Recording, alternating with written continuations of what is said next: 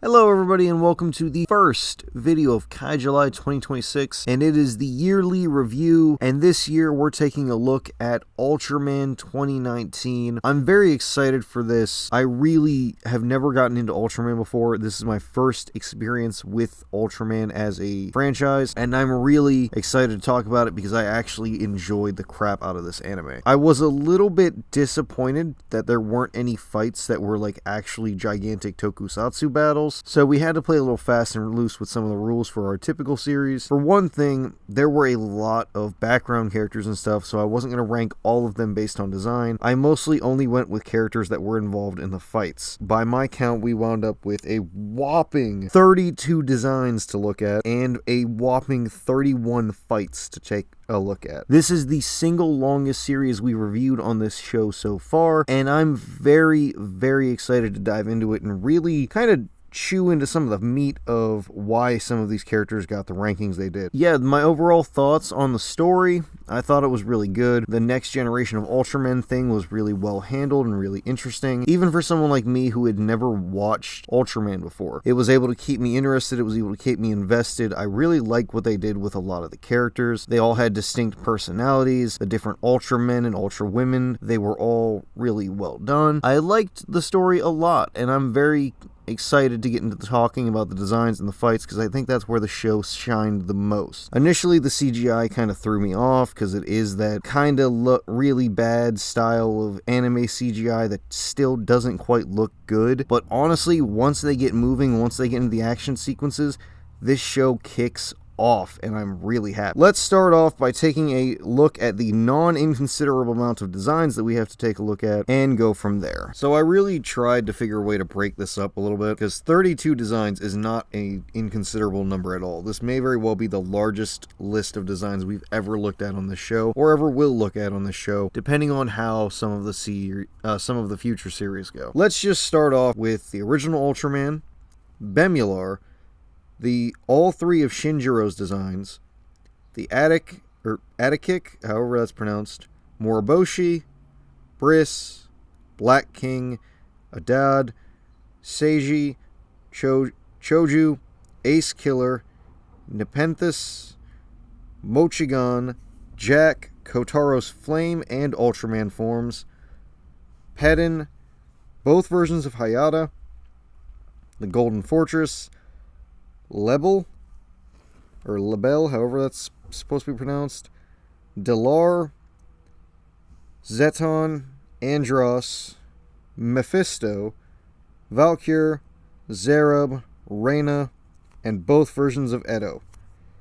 Now, there's some of these I want to actually point out real quick and talk about, mostly because I'm sure that there is probably some eyebrow raising with some of these. Let's start off with Ultraman. This is the original design of Ultraman, or at least as close to the original design of Ultraman as they could really get. So why is it a 4 and not a 5? Well, to be honest with you, Ultraman's design always looked a little bit cheesy, despite how iconic it is, but I think the cheesiness is part of the real charm of it, you know? So I didn't want to give it something too low. Next up, I want to highlight Moriboshi, Reina, and Kotaro's Ultraman form, all three of which I gave 5s. Moriboshi's looks a lot like a classic DMC3 Devil Trigger, and I really like that a lot. Kotaro's, I'm not sure what it is, the head design really works for me. I really think it's really good. And Reina, I gave her a 5 simply because they gave her a straight up magical girl transformation, and I thought that was so funny. I was laughing my ass off the entire time. But in all seriousness though, the design's actually really good too. I think they did a really well done job with giving her a distinct silhouette from the other Ultramen who all kind of started to look similar, at least in silhouette form. The only one that really stood out was Jack because his was super big and bulky. Overall, with the exception of a couple 2s I had to give out because some of the designs were not like super crazy or super interesting, I really think that they nailed it with the designs in the show. I'm very happy that the average score wound up coming out to a 3.7, which now puts it in second place behind the Gamera anime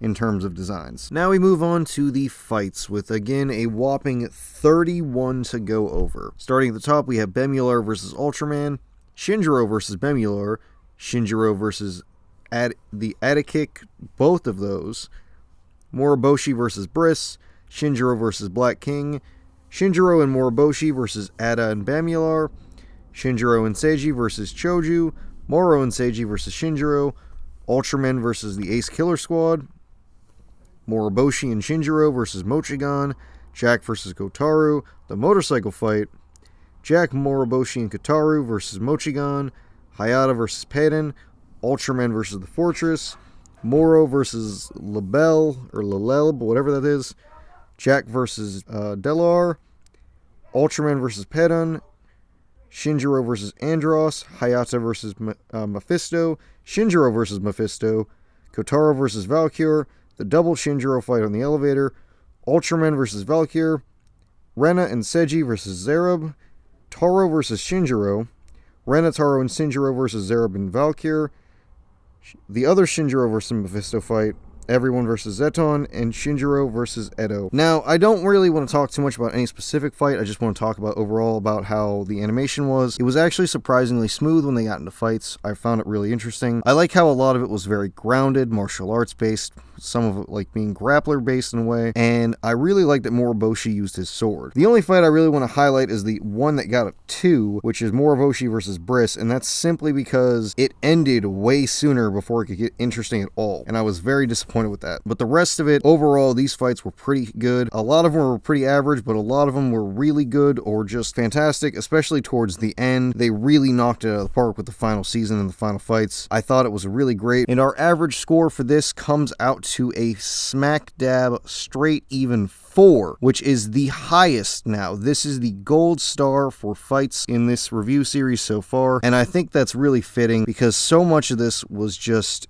exceptionally well handled. Like I said, it was all so heavily martial arts based. There were some fire abilities, there were some light based abilities, you know, there was stuff like that. Moroboshi being a sword fighter really added to the Devil Trigger feeling that I got from his Ultraman outfit, and I honestly think that it was an exceptionally well done show when it came to fights. Alright, there we have it. That is my review for the Ultraman 2019 anime. I really hope you guys enjoyed it. Check this anime out. I seriously can't recommend it enough. It was a banger to watch, and I really found it to be exceptionally good. I want to get into more Ultraman stuff in the next coming years, so I can kind of incorporate tokusatsu and stuff more into Kai July, but that's a topic for a later time. Next week's video is actually going to be a very interesting one. I'm going to be taking a look at how Death Battle handled Godzilla in last year's Death Battle between Godzilla and Hulk, so if you want to check that Death Battle out beforehand, I would recommend it. That way you have some context into what I'm going to be talking about in that video. But until then, peace out, and I'll see you guys in the next video.